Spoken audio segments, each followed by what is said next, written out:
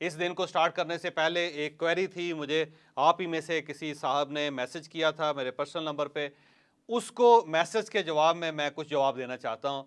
उन्होंने ये पूछा था कि आपने जो पहली वीडियो है उसके अंदर बताया था एक वरी, और दूसरा आपने बताया था फियर ऑफ फेलियर।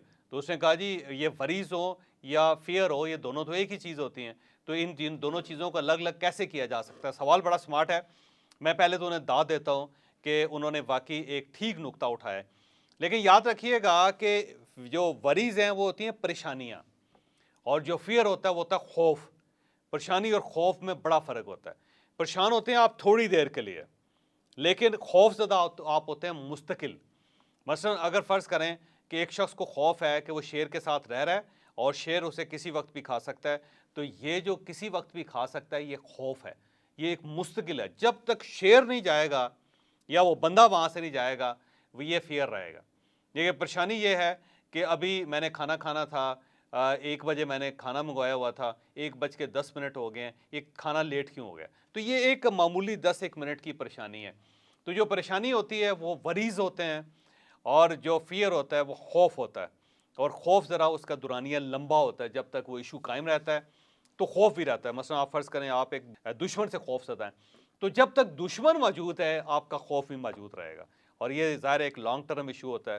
तो जो खौफ है वो लॉन्ग टर्म है, और जो परेशानी है वो एक शॉर्ट टर्म चीज़ है। तो ये एक डिफरेंस था जो मैं चाहता था कि आज के वीडियो में आपको बता दूं। तो हम आज की क्लास की तरफ आते हैं, और आज की क्लास जो है ये डे 2 है, और इस डे 2 का जो उन्वान है, जो टॉपिक है वो है रिस्पांस टाइम।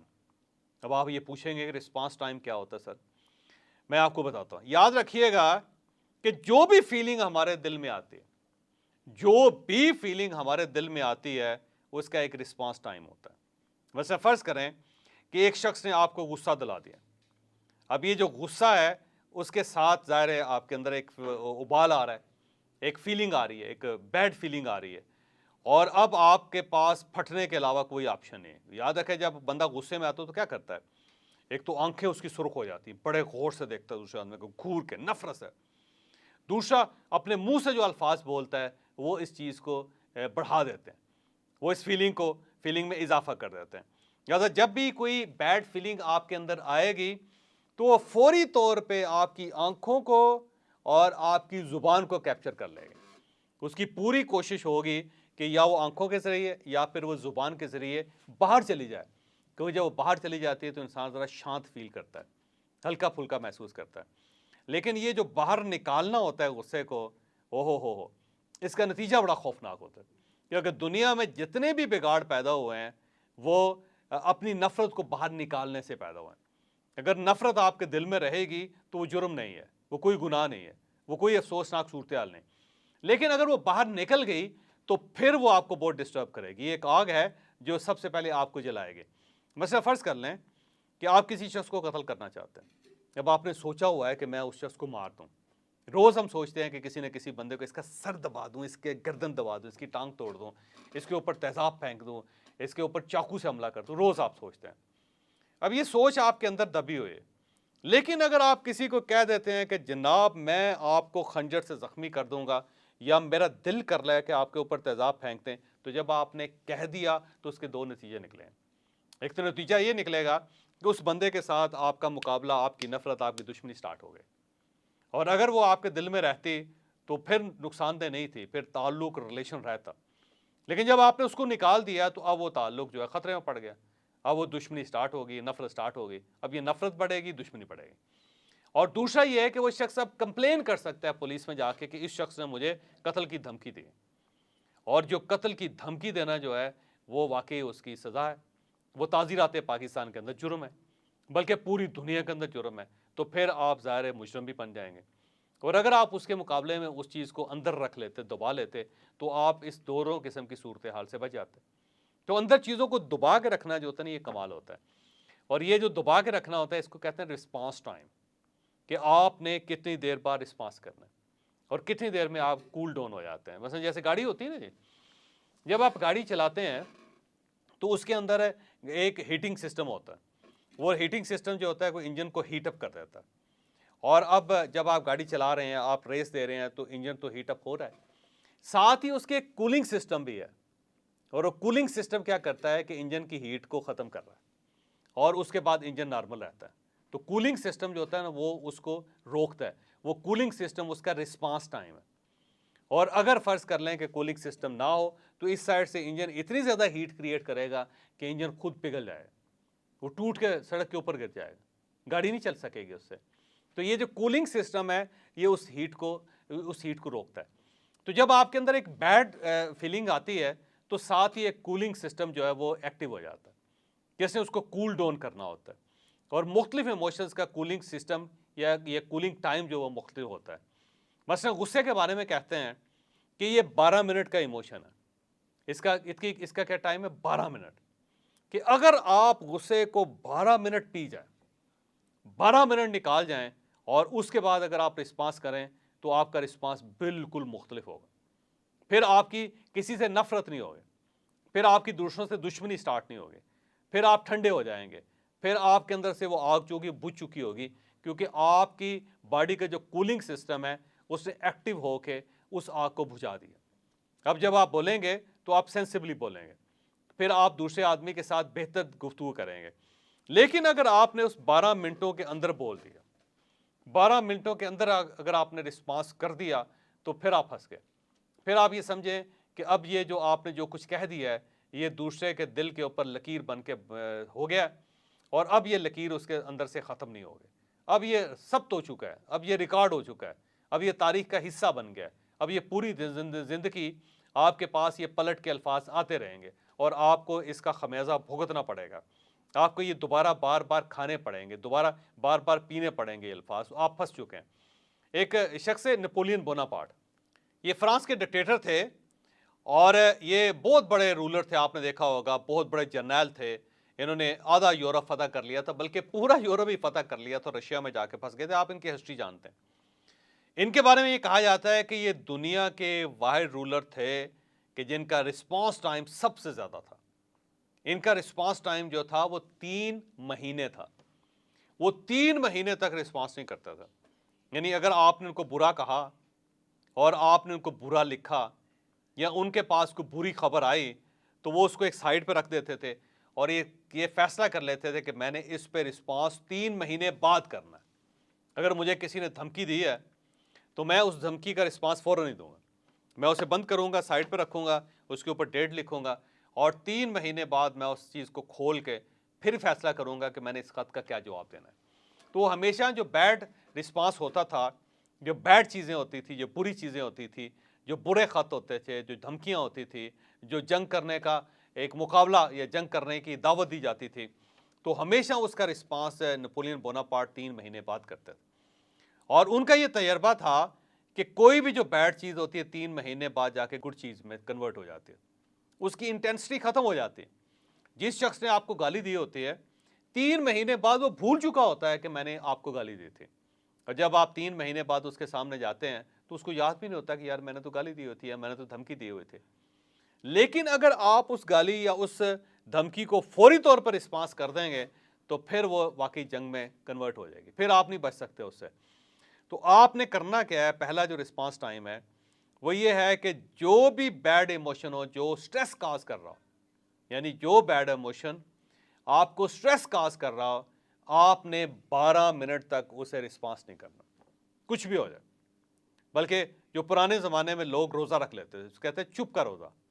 जो महात्मा गांधी थे वो बड़े मशहूर थे, वो भरत रख लेते थे, उसको कहते हैं चुप का भरत, कि उन्होंने बापू ने भरत रख लिया कि अब वो इतना अरसा नहीं बोले। तो जब भी कोई बुरी सूरत हाल होती थी और उन्हें ये महसूस होता था कि मेरा बोलने से या मेरे इसमें रिस्पांस करने से हालात ख़राब हो सकते हैं, तो महात्मा गांधी फौरी तौर पर रोज़ा रख लेता, चुप का रोज़ा।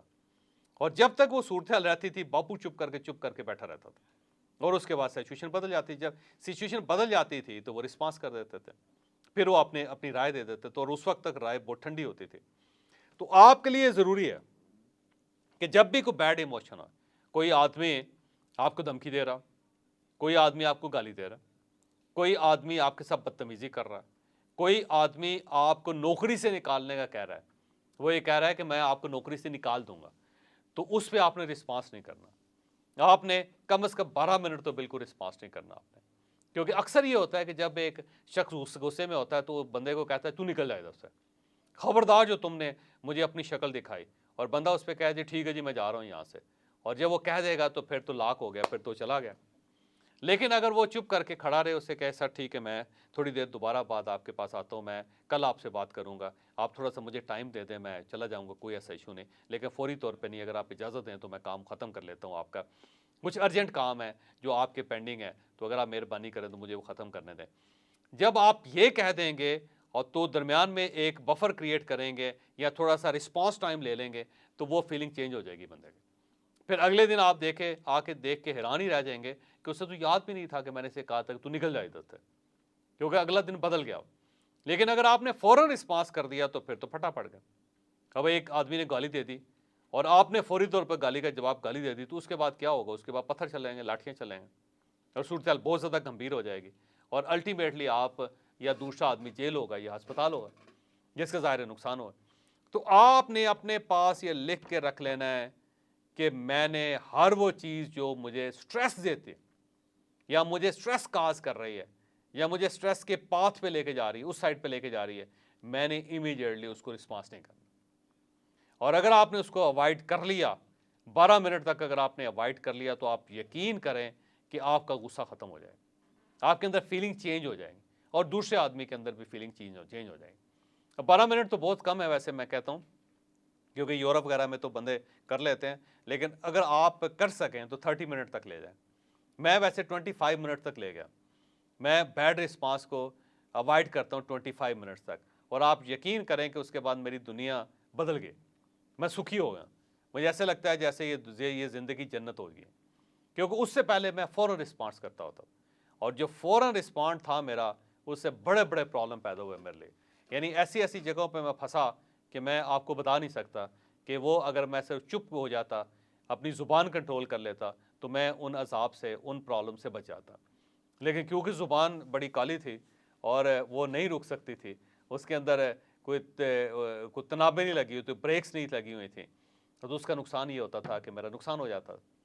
तो आपने, मेरा मशवरा है कि अपने रिस्पांस टाइम क्या है, बैड रिस्पांस टाइम जो है उसको आपने बढ़ा के कम से कम 12 मिनट तो रखना है आपने। यानी किसी शख्स को जो आपको बुरा भला कह रहा है, आपने उसे रिस्पांस नहीं करना। अगर आपको बड़ी इसमें मिसालें मिलेंगी कि मसलन एक बंदे ने अपनी बीवी से कहा कि मैं तुम्हें तलाक दे दूंगा, बीवी ने कहा दे दो, तो उसने कहा ठीक है तलाक। अब ये देखें, सिर्फ एक रिस्पांस है कि दे दो। या वो कहता है ना कि हाँ कि मैं तुम्हें मार दूंगा, दूसरा बंदा कहता है अगर तुम अपने बाप के तो मारो जरा, और वो मार देता। या किसी आदमी ने बंदूक उठाई हुई अपने हाथ से, कहता है मैं तुम्हें गोली मार दूंगा, कहता है मेरा सीना खुला है आओ मार दो, तो क्या करेगा? धाड़ करके मारते हैं। और अगर वो रिस्पांस टाइम ले ले, 12 मिनट खामोश रहे, उस लड़ाई को अवॉइड करे, तो फिर क्या होगा? सिचुएशन बदल जाएगी। तो आपने कम अज़ कम 12 मिनट अपने आप को कूल डाउन रखना है, अपना जो कूलिंग सिस्टम है उसको इंटैक्ट रखना है, उसको बढ़ाना है। और अगर ये 25 मिनट तक चला जाए तो कमाल ही हो जाए, फिर तो आप समझें कि दुनिया आपके लिए जन्नत बन गई। दूसरी चीज़ होती है अवॉइड द सिचुएशन, कि आपको ये पता है कि जब आप वहाँ जाएंगे तो आपका फड्डा हो जाएगा, तो आपको क्या करना चाहिए? आपको अवॉइड करना चाहिए। या आपको ये पता चल गया कि सामने जो साहब बैठे हुए हैं वो बड़े शदीद गुस्से में हैं, और अब आप अगर शदीद गुस्से में उनके सामने खड़े हो जाएंगे तो क्या होगा? वो गुस्सा आपके ऊपर उंडेल देंगे। या आप ये महसूस करते हैं कि मैं किसी जगह जाऊंगा तो वहाँ पे मेरा नुकसान हो जाएगा। या आप ये महसूस करते हैं कि मैं उस शख्स से मिलूंगा तो मुझे स्ट्रेस होगा, ऐसे ही ना? तो उसके लिए बेस्ट तरीका यही है कि आप अवॉइड करें। जो शख्स आपको स्ट्रेस देते हैं, जो सिचुएशंस आपको स्ट्रेस देती हैं, जो हालात आपको स्ट्रेस देते हैं, तो आप उनसे चंद मिनटों के लिए अवॉइड कर लें। मसलन वालिद साहब जो हैं, आपका ख्याल ये है कि वो गुस्से में और मुझे फेंटा लगे ही लगे, तो आपके लिए बेस्ट ये है कि आप घर से गायब हो जाएं और कुछ 2-1 घंटे बाद घूम फिर के वापस आएँ। उस वक्त तक हालात जो होंगे बदल गए होंगे। मेरे वालिद साहब बड़े सख्त थे, मैं यही करता था, मैं गायब हो जाता था। और जब आता था तो उल्टा वो इस टेंशन में होते थे कि ये कहाँ चला गया। उससे पहले अगर मैं नज़र आ जाता तो फेंटा लगा देते मुझे वो। और अब मेरे बेटे भी ये करते हैं, मेरे बच्चे भी ये करते हैं। मैं गुस्से का बड़ा तेज़ हूँ, जब गुस्सा आता है तो बहुत ज़्यादा आता है। और मेरे बच्चे क्या कमाल करते हैं कि गायब भी हो जाते हैं, वो नज़र ही नहीं आता कोई बंदा मुझे दाएँ बाएँ। और जब वो वापस आते हैं तो उस वक्त तक सूरत हाल चेंज हो चुकी होती है। तो आपने जहाँ पे भी स्ट्रेस होगा, जहाँ पे सूरत हाल ख़राब होगी, आप उसको अवॉइड करें। तो अवॉइड करने से आपको बहुत ज़्यादा फ़ायदा होगा। और थर्ड ये है कि याद रखें कि इमोशंस जो होते हैं बड़े खौफनाक होते हैं। याद रखें, दुनिया में जितने भी फसाद हैं, जितने भी प्रॉब्लम्स हैं, जितनी भी लड़ाइयाँ हैं, वो इमोशंस की वजह से हैं, क्योंकि हम इमोशनल हो जाते हैं। हम दूसरों से बहुत ज़्यादा एक्सपेक्ट करते हैं, हम दूसरों से मोहब्बत करते हैं, तो हम ये चाहते हैं कि दूसरा भी हमसे मोहब्बत करे। क्या है? इमोशन को तलाश कर रहा है, और इससे नुकसान होता है हमेशा। तो इसको अगर आप कंट्रोल करना सीख जाएं तो यकीन करें कि आप दुनिया को बदल कर रखते हैं। ये जो बड़े लोग होते हैं ना, ये अपने इमोशंस को कंट्रोल कर लेते हैं। माओ ज़ेडुंग के बारे में एक चीज़ मशहूर थी कि वो अंग्रेज़ी जानते थे, ये याद रखिएगा कि माओ ज़ेडुंग की अंग्रेज़ी बड़ी अच्छी थी। जब निक्सन उनसे मिलने गया ना, तो निक्सन की किताबें उनकी लाइब्रेरी में पड़ी हुई थी, और किताबें ना सिर्फ उन्होंने पढ़ी हुई थी बल्कि उनको अंडरलाइन भी किया हुआ था, इतनी ज़्यादा इंग्लिश ज़बरदस्त थी उनके। तो माओ ज़ेडुंग के बारे में ये था कि उन्हें कंट्रोल बहुत ज़्यादा था, बेइंतहाशा कंट्रोल था उनको। तो अगर आप उन्हें इंग्लिश में जोक सुनाते थे, लतीफ़ा सुनाते थे, तो चुप करके बैठे रहते थे, उस पर कोई रिस्पॉन्स नहीं करते थे। लेकिन जब उसकी ट्रांसलेशन चाइनीज़ में की जाती थी तो फिर माओ ज़ेडुंग देर तक हंसता रहता था, हंसता रहता। अब ये क्या चीज़ है? ये इमोशन है कि एक बंदे ने अपना इमोशन इतना कंट्रोल कर लिया कि वो हंसता भी नहीं है, जबकि उसे सामने पता है, उसे सामने नज़र आ रहा है, या उसे साफ सुनाई दे रहा है, या वो ख़ास तौर पे अंडरस्टैंड कर रहा है चीज़ों को कि जो उसको कहा जा रहा है। लेकिन आप इमोशन कंट्रोल देखिए कि बंदे की हंसी नहीं निकल रही। और इसी तरह कुछ लोग होते हैं, जब उनको ज़ख्म लगता है तो वो छुपा जाते हैं। जैसे एक शिबानी खान था, बहुत मशहूर आदमी था, और बाबर के साथ उसकी लड़ाई थी, ज़हीरुद्दीन बाबर के साथ। तो बाबर के से किसी ने पूछा कि आपकी ज़िंदगी के मुश्किल तरीन दिन कौन थे? उसने कहा 2.5 दिन बड़े मुश्किल गुजरे हैं। एक वो, जब मैं सोया हुआ था तो अजदहे ने मुझे दबा लिया, और पैंथर ने मुझे दबा लिया, और मुझे लगा कि अब ये मेरी जान निकाल लेगा, मैं नहीं बच सकूंगा। तो मैं सारा दिन उस पैंथर के साथ लड़ता रहा, मैं अजदहे के साथ लड़ता रहा, और शाम तक जाके मैंने उसे शिकस्त दे दी और अपनी जान बचा ली। तो वो मेरे लिए मुश्किल तरीन दिन था, क्योंकि उस दिन मैं गया था दुनिया से। दूसरा, उसने कहा कि एक बार मेरे पूरे जिस्म पे खुरक पड़ गई, खारिश पड़ गई, और मैं कोई लिबास नहीं पहन सकता था, और रेशमी लिबास को देखने के बाद ही मुझे खारिश हो जाती थी। तो जब शिबानी खान को पता चला कि बाबर जो है उसको इस किस्म की बीमारी लग गई है, तो उसने खसूसी तौर पे संदेशा भेजा कि मैं आपसे मिलना चाहता हूँ, और दिन भी बताया कि फ़लाँ तारीख को मिलना चाहता हूँ। दिन भी बड़ा गर्म था। तो मैंने उसकी दावत कबूल कर ली, और कबूल करने के बाद मैंने रेशमी लिबास पहना, और रेशमी लिबास पहन के मैं सारा दिन उसके सामने बैठा रहा और उससे गप लगाता रहा। लेकिन मेरी हालत अंदर से इंतहाई ख़राब थी, इंतहाई खौफनाक थी। यानी पूरे जिस्म पे मुझे खारिश लग रही थी, ऐसा लग रहा मेरा जिस्म फट जाएगा। लेकिन मैंने किसी जगह खारिश नहीं होने दी, और जब वो गया तो मैंने फौरी तौर पर सारे कपड़े उतार दिए, और उसके बाद मैं बर्फ़ में लेट गया। यानी आप बर्दाश्त देखिए उस बंदे की कि उसने खारिश नहीं की उसके सामने। और उसके बाद उससे कहा कि बाकी जितनी मेरी फतूहात हैं, जितनी बड़ी लड़ाइयाँ हैं, जो कुछ मैंने किया वो सिर्फ 2.5 दिन है, वो सिर्फ 2.5 दिन की तकलीफ़ें हैं, बाकी जो ये 2 दिन की तकलीफ़ें हैं ये बहुत भारी हैं। तो बर्दाश्त जो होता है ना, इमोशंस को कंट्रोल कर लेना, ये बड़ा कमाल होता है। तो अगर आप इमोशंस को कंट्रोल करना सीख जाएंगे तो ये बहुत ही ज़बरदस्त बात होगी कि आप ये देखें कि आपको कोई आदमी गुस्सा दिला रहा है, आपको गुस्सा ही नहीं आ रहा। कोई आदमी आपको लालच दिला रहा है, आपको लालच ही नहीं आ रहा। कोई शख्स आपको खौफज़दा कर रहा है, आपको खौफ ही नहीं आ रहा है। कोई शख्स आपको डैमेज करना चाहता है, आप अपना डैमेज होना, आप फीलिंग ही नहीं आती आपको कि मैं डैमेज हो रहा हूँ। तो ये जो होता है ना, ये कमाल होता है, ये अंबिया कराम में होता है, बड़े बड़े लीडर्स में होता है। तो अगर आप अपने इमोशंस को देखें कि वो कौन कौन से इमोशंस हैं जो आपको स्ट्रेस काज करते हैं, और अगर आप उनको कंट्रोल करना सीख गए तो यकीन करें कि स्ट्रेस आपके करीब ही नहीं फटकेगा। और चौथी और आखिरी चीज़ ये है कि आप लोगों को मुख्तलिफ टैग्स दिया करें। मसलन कुछ लोग बड़े खुशगवार होते हैं तो उनको खुशगवार टैग दे दें। कुछ लोग बड़े सड़ियल होते हैं तो उनको सड़ियल का टैग दे दें। कुछ लोग स्ट्रेसफुल होते हैं, उनके सामने स्ट्रेस लिखते हैं। अपने जो फ़ोन बुक है उसके अंदर लिखें कि ये स्ट्रेस है, यानी जब वो फ़ोन करेगा तो आपको पता होगा कि मुझे स्ट्रेस आएगा, जब वो मिलेगा तो आपको पता होगा कि मुझे स्ट्रेस आएगा। कुछ लोग लालची होते हैं, लालच देने के एक्सपर्ट होते हैं, इसका सामने लिखे लालची, क्योंकि जब वो आपके पास आएगा, जब उसकी कॉल आएगी तो आपके ब्रेन को पहले सिग्नल चला जाएगा कि एक लालची आदमी है और इसने मुझे लालच देना है। तो वो ब्रेन जो है वो अपने आप को पहले से कंट्रोल कर लेगा, वो इसके ट्रैप में नहीं आएगा। तो ये चीज़ जो थी मैंने एक शाह साहब से सीखी थी, उनका नाम था रशीद चौधरी साहब। ये लाहौर में फाउंटेन हाउस है, ये पागलों का पागल खाना है, एक अमीर लोगों का पागल खाना है। यहाँ पे बड़े बड़े अमीर पागल होते हैं। तो चौधरी शीर साहब के पास मैं एक बार बैठा हुआ था। ये वाक़या मैं कई बार सुना चुका हूँ, आप में से भी हो सकता है कुछ लोगों ने सुना हो, लेकिन आपको रिफ्रेश करवा देता हूँ। तो वहाँ उनके सामने एक बंदा बैठा हुआ था जो बहुत ही पढ़ा लिखा, सेंसिबल, बड़ा क्लीन शेव और अच्छा इटालियन सूट पहना हुआ था उसने, वो बैठा हुआ था।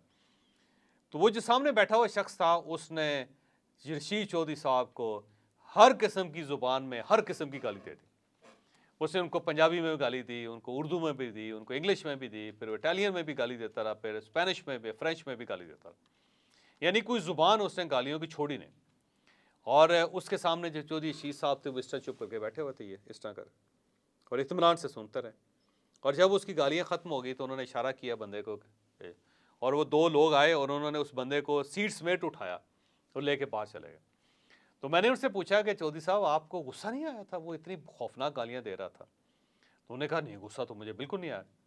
तो मैंने पूछा गुस्सा आपको क्यों नहीं आया? उसने कहा इसलिए नहीं आया कि मुझे पता है कि ये पागल है। जब मुझे सामने बंदे के बारे में पता है कि ये पागल है तो मैं पर गुस्सा क्यों करूँगा? और अगर मैं गुस्सा करूँगा तो फिर पागल वो नहीं रहेगा, पागल मैं हो जाऊँगा। तो याद रखें ज़िंदगी में कि आप लोगों को टैग किया करें। अगर एक शख्स गुस्सीला है तो आपको पहले पता होना चाहिए कि इसका काम ही गुस्सा है। अगर कोई एक शख्स बैक बाइटिंग करता है, गीबत करता है, तो आपको पता होना चाहिए कि ये गीबत करने का एक्सपर्ट है, इसने गीबत ही करनी है। अगर एक आदमी आपके बारे में नेगेटिव सोच रहा है तो आप ये सोचें कि ये नेगेटिव ही सोचेगा, ये मेरा बही ख्वाह नहीं हो सकता, ये मुझसे हसद करता है। तो जब आप पहले से तैयार रहेंगे तो टैग उसके ऊपर लगा देंगे तो फिर आपको स्ट्रेस काज नहीं कर सकेगा। जब हम लोगों को टैग नहीं लगाते, लोगों को नाम नहीं देते, लोगों की कैरेक्टरिस्टिक्स को ज़हन में रख के उनके ऊपर कोई लेबल नहीं लगाते, तो उसका नुकसान ये होता है कि फिर वो हमें बड़ी जल्दी ट्रैक कर लेते हैं, फिर हमें वो बहुत जल्दी स्ट्रेस में ले जाते हैं। तो मेरी आपसे रिक्वेस्ट ये भी है, मशवरा ये भी है कि हम मुख्तलिफ लोगों को मुख्तलिफ टैग्स देना शुरू करें। मेरा एक दोस्त है, उसने अपनी बीवी का नाम SHO रखा हुआ है। तो जब भी फ़ोन आता है तो उसके ऊपर SHO लिखा होता है। तो मैंने उसको पूछा यार SHO क्यों लिखा हुआ है? उसने कहा यार बिल्कुल ही उसी तरह बिहेव करती है जैसे एक थानेदार करता है, तो मैंने SHO लिख दिया इसको। तो अब ये देखें टैग है, लिहाजा जब भी बीवी का फ़ोन बजेगा तो उसे पता है कि मेरे साथ वही सलूक होगा जो एक थानेदार एक मुलज़म के साथ करता है, तो मुलज़म पहले से तैयार हो जाता है। तो ये कर लें, ये टेक्निक भी बहुत अच्छी है, इससे भी आपका स्ट्रेस बहुत कम हो जाएगा। तो बहुत बहुत शुक्रिया आपका।